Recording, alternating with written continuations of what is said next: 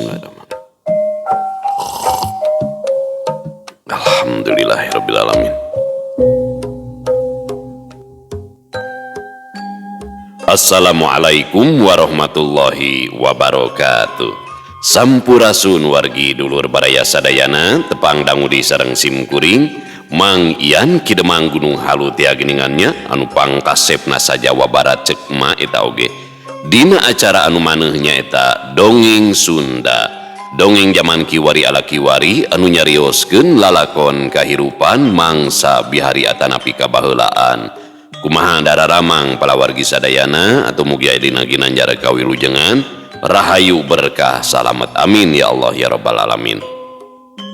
Dina waktos ieu simkuring seja neraskeun hanca nu katunda dina pedaran dongeng anu judulna Dewi Sekartaji bagian ke-53 karya Kang Rompis. Kumaha salajengna ilalakon Dewi Sekartaji teh nya anu kiwari nya eta Ratu Jin jeung patihna nu gagah sakti teh miluan kana pasanggiri ngadu jago. Buki menarik we bari jeung kapanasaran Ratu Jin depan hayang panggih jeung sagara nya beuti sagara teh pada ngudag-ngudagu nu gareulis nya amit-amit hayangnya jadi sagara. Ulah kamana-mana tetap manco di channel YouTube-na Dongeng Sunda Mang Ian nya. Alhamdulillah salama ieu karya Kang Rompis atanapi Kang Yepi Cahyadi luar biasa ngehibur urang sadayana. Upami hoyong macana mah aya dina fanspage atanapi halaman Facebookna Pangalengan Paninengan nya.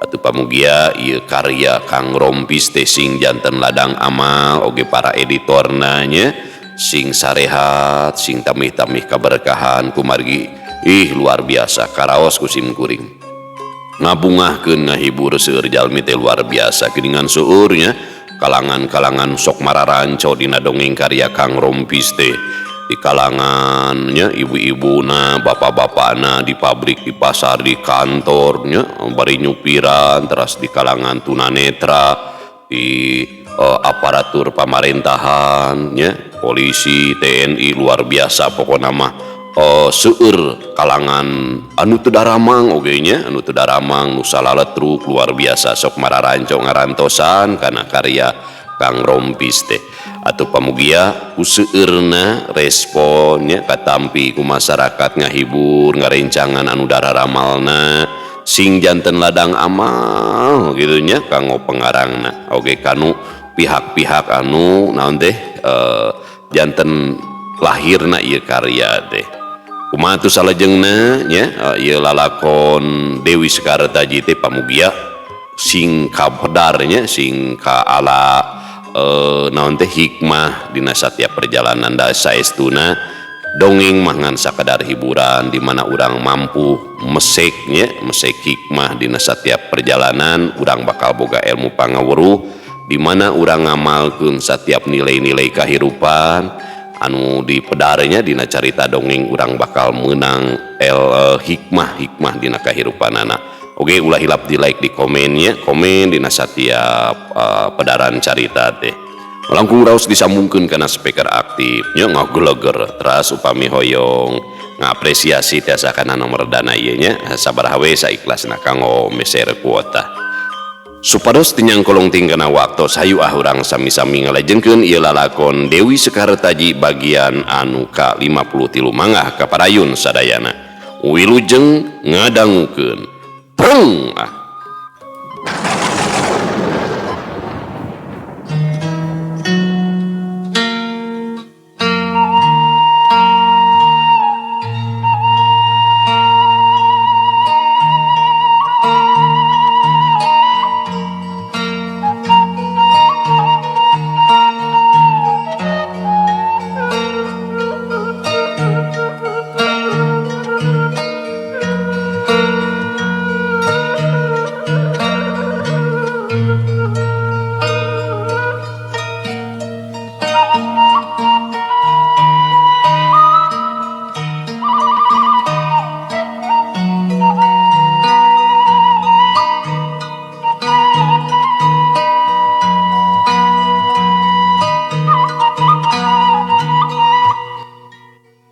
sakali deuinya para wargi sadayana simkuring mah sakadar mulungan dongeng titina halaman Facebook na pangalengan paninengan. Biasana medar dongeng teh saminggu sakali nya. Lantaran didongengkeun ku simkuring teras katampinya ke masyarakat. Urang teh kan tuntutan teh jadi oyong ual dinten sementawis Kang Rompis sebagai konsultan teknik di Padamelan ya. Kedah ngartos gitu lain ngabuntut bangkong tapi memulungan banyak selain dongeng radio gitu anu memang karyana dipeser satamatan gitu ku abdi dipeser satamatan namanya dipedar aya sponsor ieu mah sakadar mulungan ulah kirang-kirang hapuntenna dina elatna kitu nya ulah nyarekan Kakang Rompis ka abdi cak ye alhamdulillah ya dongengkeun nya komala ngagerentes be geuning eta teh si badegulnya ke napangih di mana jeung eta bikang sabab teu sagawaya bisa babarengan jeung bangsa jin mah lamun ku aing digeunggeureuhkeun moal pihadieun bakal manjang ka dituna keun aing marek api-api teu nyaho ngarah aing gampil nyusudna ka eta bikang ngan karunya bae ka si badegul hirupna bakal kasiksa sabab lamun eta bikang boga rasa kasuka ka si badegul nepikeun kacacap umurna moal bisa lepas tina kungkunganana. Telila di antarana nyimas talaga katut si Jaid geus rengse balanjana duanana pating laleos ninggalkeun eta patempatan. Dewi Skartaji katut komala ukur nyerangkeun kanu arindit rengse tina balanjana Dewi Skartaji katut reng-renganana guragiru ninggalkeun taman Santigi.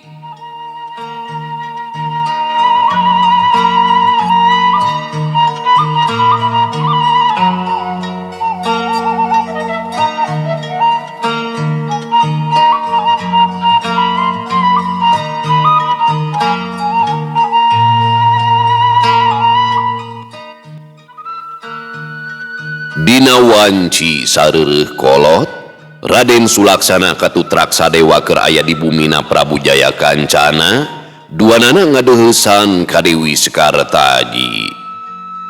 Raden Sulaksana masihan iber ka Dewi Skartaji lamun aya deui jawara awewe anu miboga elmu linuhung. Dibejakeun oge ku Raden Sulaksana lamun anu nganteurna teh sarua miboga elmu luhur. Ngadangu cariosan Raden Sulaksana sakedapan mah Dewi Skartaji teh ngahuleng. Dewi Skartaji tos tiasa neguh lamun eta jalma teh lain bangsa manusia tapi bangsa jin. Tarekah anu ditibankeun kana Cai Banyu Dewa make pangawasa elmu kajinan sakumaha rongkahna elmu pangawuruh hiji manusia tapi nalika nginum Cai Banyu Dewa keukeuh bae bakal ngarasakeun heula kanyeri kana dirina. Jadi lamun aya jawara anu teu kapangaruhan ku Cai Banyu Dewa geus tangtu eta teh wangsa lelembut anu jadi kahelok pikeun Dewi Skartaji mah bangsa jin oge nepikeun kapipilueun miluan kana pasanggiri. Mun seug teh mah maranehna miboga itikad goreng sakuduna mah teu kudu ulu biung kana pasanggiri. Dewi Skartaji boga pamikir miluanana bangsa jin kana pasanggiri teh miboga tujuan anu tangtu. Salila teu nyieun kariweuhan di Santigi Dewi Skartaji moal nyieun tindakan ka maranehna kajeun kumaha bae oge anu meunang tina pasanggiri bakal adu hareupan jeung Dewi Skartaji. Dewi Skartaji kedaling lisan Ieu perkara cukup bae urang anu apalna sangkan pasanggiri lumangsung kalayan lancar datangna para jawara anu ngagem elmu linuhung ka dieu miboga harti ieu pasanggiri teh ajena ka cida luhurna. Salaku pupuh pasanggiri urang mah cukup ngalingakeun bae samangsa para jawara tarung. Kartos pisan Den Sekar tos nguping kasauran ti salira Den mah pun mang duaan teh ngaraos reug-reug manawi. Hapunten pun mang teh moal tiasa lami kalaresan nuju tatahar di pakalangan kanggo pintonan dinten enjing kumargi kitu pun mang seja amitan bae Den. Walon Raden Sulaksana bari saterus nama amitan ka Dewi Sekartaji. Nuhun mangga mang, atur nuhun kana segala rupina. Waler Dewi Sekartaji bari manggut. Raden Sulaksana katutrak sadewa pating laleos ninggalkeun bumi Prabu Jaya Kancana. Kocapkeun deui kayaan para baladna Sirangaspati, antuk nama maranehna teh bisa lawung jeung Rukanta katut baturna, ngarah teu jadi matak panyuri gadeungeun, maranehna milihan tempat anu nyingkur pikeun babadamian. Kabeneran ditukangeun salah sahiji warung aya tempat anu rada suni, di lebah dinya rajeg ku tangkal kai jarangkung sarta dauna karekep, di dinya pisan tempat cicingna si Cuih jeung si Leor, sato kukutan komala katut sagara. Satu tas samak ngagebar meh bareng sarea gugek dariu. Bunga mang teh bisa lawung di dieu, satadina mah geus ngarasa hariwang, sieun teu bisa nepungan Jang Rukanta, arek nepungan ka pangrereban sakitu hese belekena apanan. Pokna Ki Gebog ngamimitian cumarita. Nyeta mang, arek nepungan ka pangrereban mah hese, lian teu bisa asup teh, anu rek nepunganana ge bakal dipariksa sagala rupana. Mun seug teh mah aya jalma nu rek nyieun karieuhan, geus tangtu moal bisa hojah. Kahiji para punggawa kacida poharana, anu kaduana kapan sidik sakabe para jawara linung teh araya di dieu. Tong Boroning mah boga peta kitu. Basa kuring dipentes osen di rohangan Banyu Dewa ge meh-mehan kasoran. Kosok padahal pan dipentes teh lain ku tarung atawa ngadu ilmu. Pila kadar dititah nginum cai sabatok. Tapi karasana mata katuru lengan, nyurina teh liwat saking. Hesasatna mah sakabe pangawasa diketrukeun sangkan bisa ngabendengna. Tah kitu anu kalaman ku kuring teh mang. Walon Rukanta bari ngadadarkeun lalakona ka Ki Gebog katut ka baturna. Ngadenge caritaan Rukanta Ki Gebog silih pelong jeung pada baturna. Uluh kuningan, nepikeun ka aing kitu nya. Nasaha anu boga alpukahna, nepikeun ka boga ilmu kacida linuhungna kitu eta. Pokna Ki Gebog kacida panasaranana. Nyeta kuring ge teu apal mang, ngan anu jentre mah jalmana aya di Santigi. Pikir we ku urang, kakare ku caina geus sakitu ahengna apanan. Sok komo lamun jinisna meta, geus moal aya nu bisa nguntup sigana mah. Samalah mah anu jadi pinunjul dina ieu pasanggiri bakal adu hareupan jeung eta jalma. Pikeun kuring sorangan geus ngarasa seber manten, kuring mah teu boga karep hayang jadi pinunjul ka hiji. Najan jadi pinunjul anu kadua atawa katilu oge, geus untung pikeun kuring mah, sabab panglelerna kawilang badag keneh. Ke, ari Ki Guru talatah naon ka Mang Gebog? Temal Rukanta ngajentrekeun deui ka Ki Gebog. Samemeh ngawalon Ki Gebog culang cileung heula neungetan kaayaan di dinya, kasieunan aya jalma nu nangeunankeun. Pok bae Ki Gebog nyarita.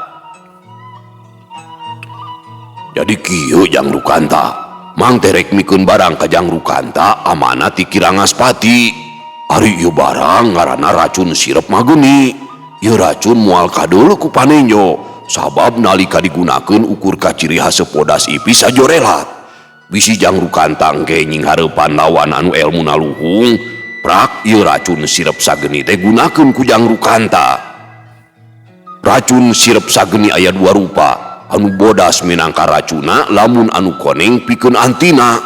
Jadi samangsa arek ngagunakeun racuna, antina anu warna koneng kudu diseuseup heula ku urang. Kumaha geus kaharti ku Jang Rukanta? Kaharti mang, tapi moal kaciri ku batur gitu. Kangaranan racun geus tangtu aya urutna apanan. Temal Rukanta tumanya ka Ki Gebog. Cuk Ki Rangaspati, racun sirep sageni moal bisa kasusud lantaran teu ninggalkeun tapak atawa kaciri aya urutna. Racun sirep sageni teu mateni eta teh, matak teu eling wungkul kanu kakeunaahanana. Waktu namah moal kurang ti satengah tunjang beas, kakarek bisa eling deui. Ki Rangaspati ge teu kagabah jangjimikeun, lamun sakirana matak ngaborubahkeun ka balarea. Jang Rukanta ge tangtuna bisa ngalalebah, tujuan Kirangaspati pangna mere racun sirep sageni ka ujang. Walon Ki Gebog mere wewengan ka Ki Rukanta. Anu sejena taya nu milu nyarita ukur ngabandungan caritaan Ki Gebog katut Rukanta. Bunga ngadeng kieu mah santeuna kuring jadi boga andalan nalika nying hareupan lawan anu luhur elmuna. Kuring ge apal mang Ki Guru teh keur butuh waragad anu kawilang gede. Sasatna mah kuring teh jadi gunung panangeuhan Ki Guru. Mugia bae kuring bisa ngungkulan sakabeh lawan. Sok sanajan teu jadi pinunjul ka hiji oge. Ngan aya untungna kuring mah sagala pangabutuh hirup di dieu ditangkes ku pihak kagubernuran. Hartina mah teu boborot ngaluarkeun duit sorangan. Ari Mang Gebog sabatur-batur cicing di mana gitu? Kapan kakarek poe ayeuna anjog gasantigi teh? Pokna Rukanta kacida bungah na ngadenge beja ti Ki Gebog sahenteuna boga tarekah anu kawilang rikip nalika nying hareupan lawan anu miboga elmu luhur. Kabeneran tadi teh menang imah anu bisa disewa salila pasanggiri lumangsung. Pernah nama rada anggang ti dieu, mata hargana rada murah. Lain teh hayang neangan anu deukeut ka Taman Santigi, heunya kitu waragadna sampore tapanan. Sokomo barudak mah barang daharna kacida gamuhangna panan. Temal Ki Gebog bari seuri, panonna ngareret heula ka baturna. Nah kadon nempukun ka batur wajar gamuhang sok padahal jenisna tah nu gamuhang mah ceuk si Jured mairan caritaan Ki Gebog. Minggu sia montong mungkir rumah sama ngajedog we yang Rukanta mangrek masarahkeun racun sirep sageni kade cing tarapti nundananya sarta ulah janji muka bisi malikan ka diri urang. Pokna Ki Gebog deui bari ngusiwel ngaluarkeun bungkusan leutik tina saku bajuna song dibikeun ka Rukanta. Bungkusna gancang ditampanan ku Rukanta bari gasik di sakuan. Pok bae Rukanta ngawakca. Perkara duit ku kuring bakal dibere lantaran aya keneh sesana. Ngan kuring rek peupeujeuh heula ieu teh ka Mang Gebog katut kanu sejena. Kade salila cicing di Santigi ulah gagabah dina nyieun tindakan. Bisi jadi matak engkena balukarna asal usul urang engke bakal kapaluru. Pamustunganana mah sakabeh rarancang Ki Guru teh bakal burakrakan. Pokona mah cing bisa ngajaga sikep sahinasna bae kawas urang lembur. Helaina naon di dieu mah loba mata anu nenjo, loba ceuli anu ngadenge. Rengkak paripola urang teh tangtuna aya nu nalingakeun. Ku Mang Gebog oge tangtu kaharti meureunannya maksud caritaan kuring. Kaharti pisan Jang Rukanta. Nuhun manggeus dielingan. Kanu sejena regepkeun tah caritaan Jang Rukanta ulah mawa karep sorangan. Pokna Ki Gebog ngareret deui ka baladna. Meh bareng baladna Ki Gebog teh ararunggeuk, Rukanta ngodok saku bajuna song mikeun duit ka Ki Gebog. Pugu baik Ki Gebog teh kacida bungahna.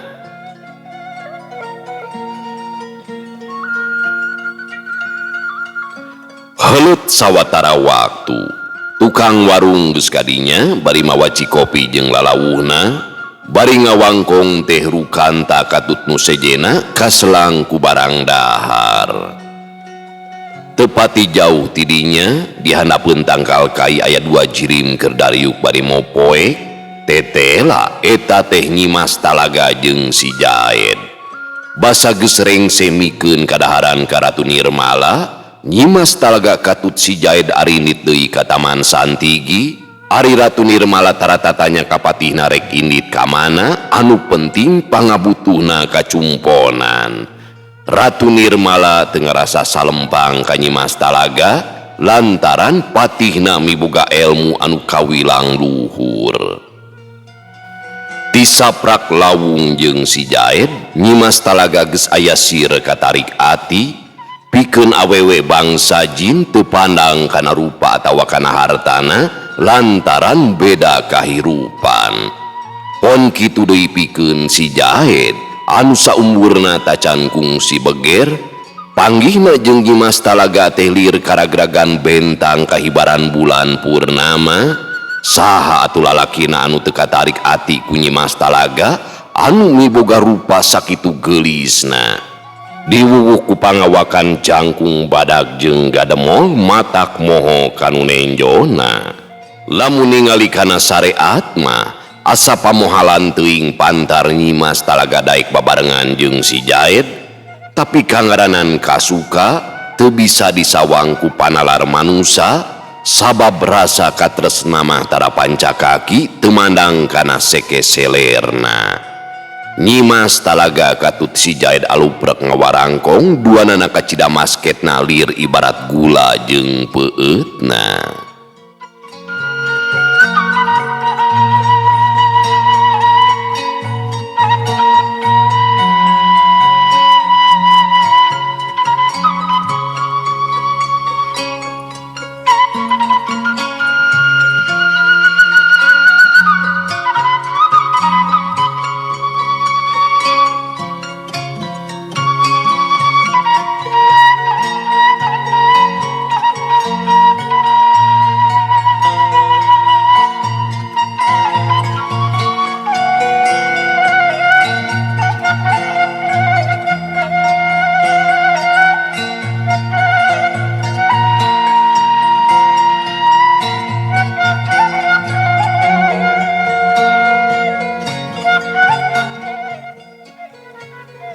Karasa nyerelekna waktu mangsa peuting geus lekasan wanci geus ray-rayan maju ka beurang di beh wetan pajar geus hibar cahayana nyacas badis emas sinangling maju ka wanci ngaluluh taneuh sang surya gumebiarnya angan buana panca tengah dayeuh santigi geus mimiti pinuh ku jalma anu rek nyakseni kana pintonan pasanggiri ngadu jago anu daragang ti subuh mula geus ngagelarkeun daganganana warung kadaharan parinu kudu ngadon sasarap tukang cikopi katu tukang kadaharan sejena sarua pagagelek kudu rek mareuli jiga nama dina poe ieu pasanggiri teh cacap nepikeun ka peuting euy ceuk pupu pasanggiri anu rek makalangan aya kana 5 pasangan lamun diitung hijian mah aya 10 na jawara anu rek tandang ngan edas euy ngaran jalma sarta pagurona ta can dibewarakeun pokna saurang lalaki anu keur diuk di tukang cikopi. Oh nya eta kitu, matak bingung pikeun ngalolebahna. Oh maksud teh teu bisa ngijir kana kakuatan para jawara nu rek makalangan. Lamun geus rek tandang, kakarek ditataan heula ku pupu pasanggirina. Walon baturna bari ngargot kana cikopina. Ke, kunaon beungeut ilaing kawas taya kabelagan euy. Boare ing ilaing teh. Pokna si lalaki deui bari mencerong ka baturna. Lain geuring Kang, sapupu ting teu daek sare sidikan. Oh nyeta balas mikiran duit pamajikan, karurut gabe balas tumpangan duh. Kuring teh bingung ti mana ngagantianana, ya bakeur modal muli bini pare deui duh. Temal baturna ngajentrekeun. Nah, tu kalakuan teh Samsudin, nyiar-nyiar pi bahalaeun bae nya. Cilaka gede urusan jeung ratu gua mah bakal manjang moal aya tungtungna deuleun ceuk si lalaki bari ngagak-gak seuri baturna teu nyarita deui jinisna ukur ngahuleng pinuh ku kabingung gancangna carita dina wanci haneut moyan jalma-jalma nu rek nyakseni kana pintonan pasanggiri teh geus ngagimbung di sabudeureun taman santigi. Para pangagung katu tatamu sejena tos caralik di luhur panggung, para punggawa geus pating carega bari samagrang ku pakarang, sakabeh jawara nu rek tandang mimiti daratang lantaran can apaleun saha-sahana nu bakal kagiliran makalangan. Pupuhu pasanggiri Raden Sulaksana katutrak sadewa geus aya di pakalangan keur ngawangkong jeung panata acara di antara lobana anu lalajo di beh juru katuh taman santigi aya Nyimas Talaga anu dibarengan ku si Jaed ngan rupa Nyimas Talaga teu sidik beungeutna ditutupan ku karembong.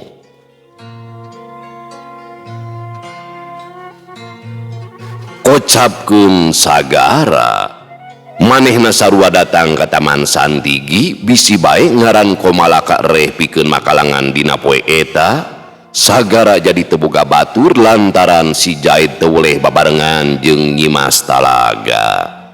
Sagara can kungsi tetelepe ka sobatna ngeunaan Nyi Mas Talaga, sagara ge bisa ngamaklum kana ketakna si Jaid anu kakarek harita pisan deukeut jeung awewe. Bageur si Jaid mah tara beger tara heureuy ka awewe, kumaha we nu ngadongengna. Sagara leumpangna kebat kabeh katuhu rek neangan tempat anu lindu. Di sabudeurun taman santigi teu sirikna hese usik rek ngalengka oge tangka padukdekan jeung nulian. Sajeroning lumpang teh loba wanoja anu pating lalieu ka sagara, aya oge di antarana anu molotot ka sagara kasima kunu gandang. Sawarehna deui pating harewos jeung pada baturna bari panona manco kanu kasep.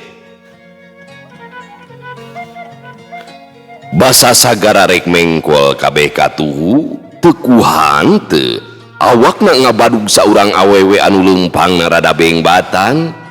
Jedug awak sagara ngabadug tonggong eta awewe, pugu bae si awewe teh tangka nyolontod meh-mehan ti kusruk. Ngan untungna sagara teh kaburu rikat ngajewang bajuna. Apunten Nyai, pun engkang teu kahaja, ceuk sagara gancang sasadu ngarasa reuwas. Matak ari lempang teh montong susuruntul badis begudelen. Temal eta awewe kacida amekna bari malikeun awakna. Mareungan awakna malika sagara, karembong anu nutupan beungeutna teh ngaboleklak. Pamun teu anu geulis nanding widadari teh atra pisan nompo hareupeun sagara. Sajongjonan mah sagara teh ukur molotot kasima ku kagelisan eta wanoja, pon kitu deui eta wanoja, panonna meh teu ngiceup nutup ka sagara. Sakedapan mah duanana ukur silih pelong bangun keur silih pentangkeun pangabaran. Ngan teu lila si wanoja ngabalieur bari gasik nutupan deui beungeutna ku karembong, atra beungeutna baru beungeu muka era. Tetela eta teh Ratu Jin Nirmala anu rek asup ka taman santigi tempat para jawara rek makalangan.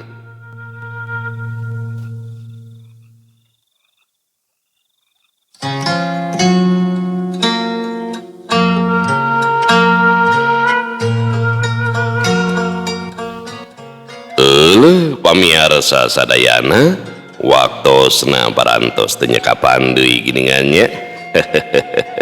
Duh, ieu tilu kali ngarekam dongeng teh palawargi. Sabaraha 2 dinten aya we wagelana teh nya tengah-tengah ngadak-ngadak tunuh. Oh tepugu kamari pas keur tengah-tengah burudul tamu. Oh.